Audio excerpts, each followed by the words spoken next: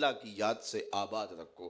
اٹھ دی بیندی ٹر دی پھر دی ستیاں تے جاگ دی، نام جھپ دی رو تے کھپ دی ویخ سر اس راگ دی، نام جھپیاں قرب ملدا نام دی کر پوری سام، شیشی وچ کستوری جے کر پھر ضرورت کاگ دی۔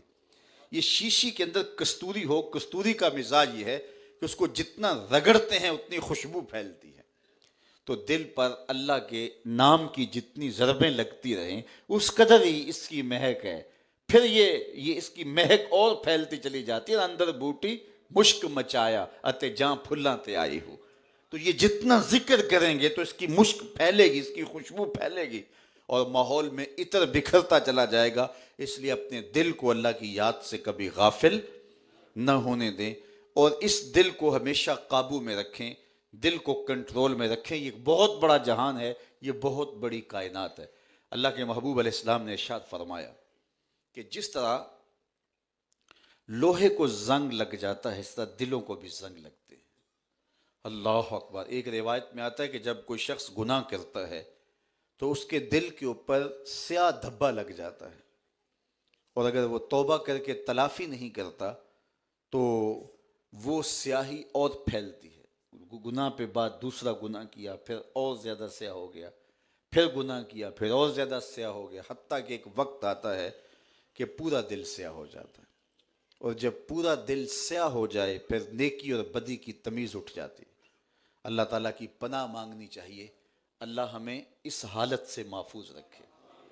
مومن کی شان یہ ہے کہ جب وہ گناہ کر بیٹھتا ہے تو یوں محسوس کرتا ہے کہ ابھی پہاڑ نیچے آ گیا ہے، یہ گر جائے گا کہیں مجھے کچل نہ دے، جلدی جلدی توبہ سے تلافی کرتا ہے۔ اور منافق کی مثال کہی گئی کہ جب وہ گناہ کرتا ہے تو یوں سمجھتا ہے کہ بدن پہ مکھی بیٹھی ہلکے اشارے سے اڑا دی۔ سویر سے شام تک کتنی مرتبہ ہم مکھیاں اڑاتے ہیں اپنے بدن سے، شام کو پتہ بھی نہیں ہوتا کہ یہ مشق ہم نے کتنی بار کی۔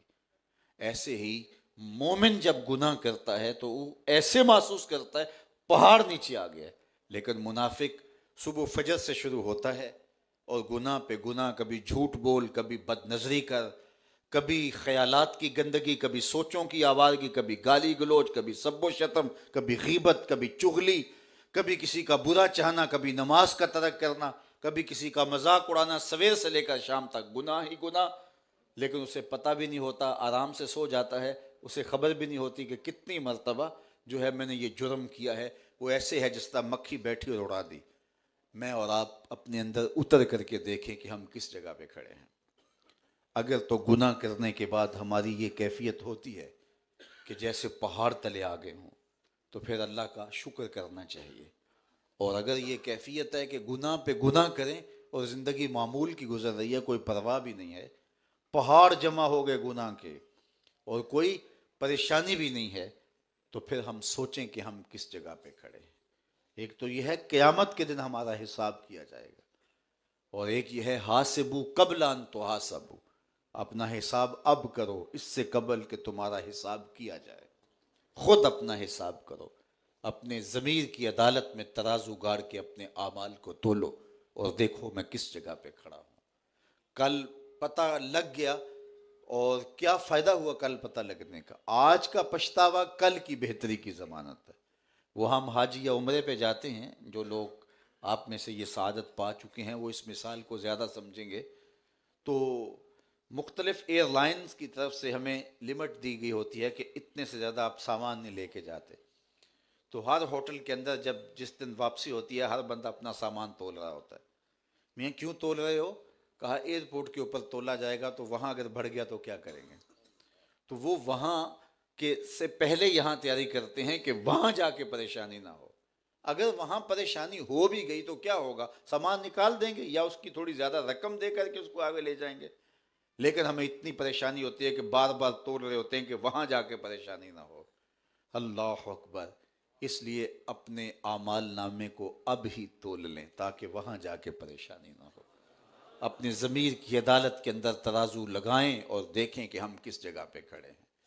کل کے پچھتاوے سے آج کا پچھتاوا بہتر ہے۔ وقت پر کافی ہے ایک قطرہ بھی آب خوش ہنگام کا، جل گیا جب کھیت برسا می تو پھر کس کام کا۔ آج کا پچھتاوا کل کی بہتری کی ضمانت ہے، لیکن کل کے پچھتاوے سے کیا ہوگا؟ جب سانسیں ٹوٹ چکی ہوں گی. میں نے تو پڑھا ہے قیامت کے دن نیکوکار بھی پچھتائیں گے. بدکاروں کا پچھتانا تو سمجھ میں آتا ہے، نیکوکار کیوں پچھتائیں گے؟ جب اپنے اچھے اعمال کی جزا دیکھیں گے تو پچھتائیں گے، ہائے جو چند لمحے ضائع کیے وہ بھی کیوں ضائع کیے، وہ بھی اللہ کے ذکر میں گزار دیے ہوتے. لیکن پھر پچھتاوے سے کچھ نہیں ہوگا.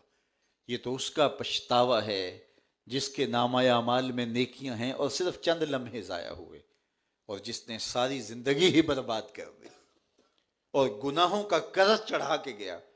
بتائیے اس زمانے میں پھر اس کے پاس سوائے پچھتاوے اور حسرت کے اور کچھ ہوگا؟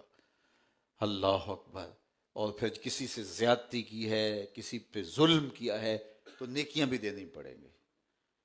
کسی نے کسی کے 3 پیسے دینے ہوئے، اس کے عوض کے اندر 700 نمازیں با جماعت لے لی جائیں گی، صرف 3 پیسوں کے بس. آج لوگ پرواہ نہیں کرتے، لوگوں کا مال ہڑپ کر لیتے ہیں. وہ یہ سمجھتے ہیں عدالتیں ہمارے ہاتھ میں، ہم اثر و رسوخ رکھتے ہیں. صاحب آپ رکھتے ہیں، ہمیں اس میں کوئی شک نہیں ہے.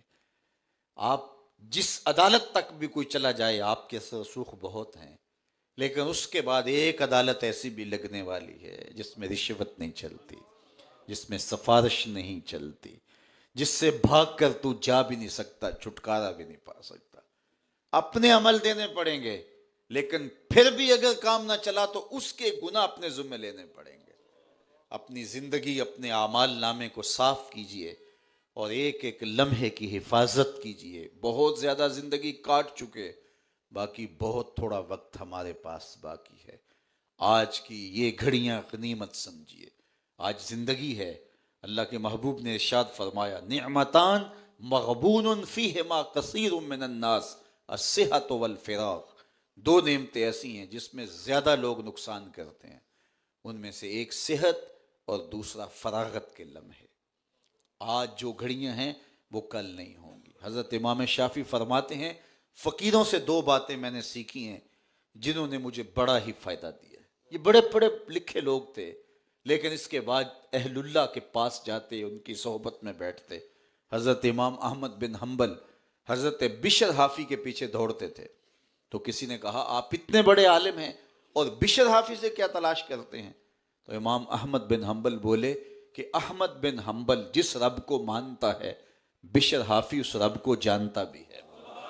تو ان لوگوں کی صحبت اکسیر ہوتی ہے. حضرت شیخ احمد فرماتے ہیں کبریت احمر کا درجہ رکھتی ہے. جس طرح سرخ گندک کے فوائد ہیں، پاک لوگوں کی صحبت تمہارے اندر کے روگ زائل کرتی ہے، تمہارے باطن کی صفائی کا اور ستھرائی اور پاکیزگی کا سامان ہے. ان کی صحبت غنیمت سمجھنی چاہیے.